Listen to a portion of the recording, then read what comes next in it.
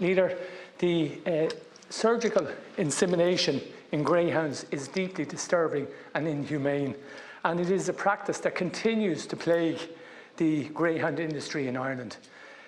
This is a procedure where a female dog's uterus is removed, semen is injected into the uterus is then returned back to the greyhound, and she is then sewn back up and expected to carry the litter of dogs for 60 days while recovering from this painful surgery. It's absolutely bizarre. And it's still, despite the Veterinary Council of Ireland saying it is unethical, this process is still allowed to continue within greyhounds.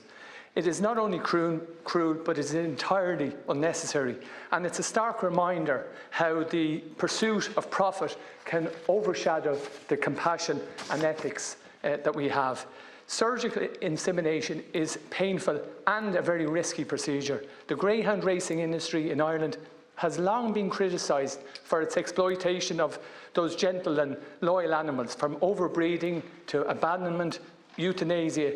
The industry's track record is riddled with cruelty. Enough is enough. Greyhounds, like all dogs, like all sentient beings, deserve better. Last July, the government closed a consultation into this barbaric process. And can the Minister come in and outline when there will be a ban on surgical insemination? Because it is an absolutely bizarre practice and should not be allowed in 2025. And just, if I could, just to acknowledge the work that Dog Law Ireland and WAG Rescue and all My Lovely Horse, all the various rescue groups around the country do. They're amazing groups. In fact, they recently told me they have to turn away greyhounds now because they have so many being presented to them that they can't take anymore. And it is just heartbreaking. And the work that they do, they're filled with compassion and empathy, and they do this for nothing only other than the love of dogs and animals.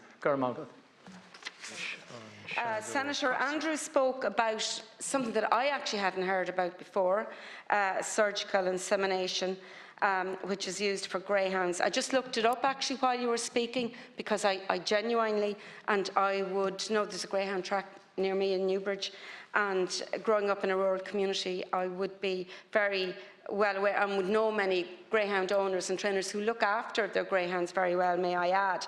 But I saw the success rate can only be 11.7%, which is, I can't understand how anybody would go through such a barbaric type of intervention when the success rate in itself is so low. But you rightly say that veterinary practitioners announced in April 2024 that they updated their code to say that veterinarians should not practice this, but I agree with you, it absolutely should be banned, and we certainly will have a conversation with the Minister for Agriculture in relation to that. We have to support all of those and all those wonderful volunteers who work in the different animal welfare sector, who really put so much work into supporting the victims that we have of violence against animals.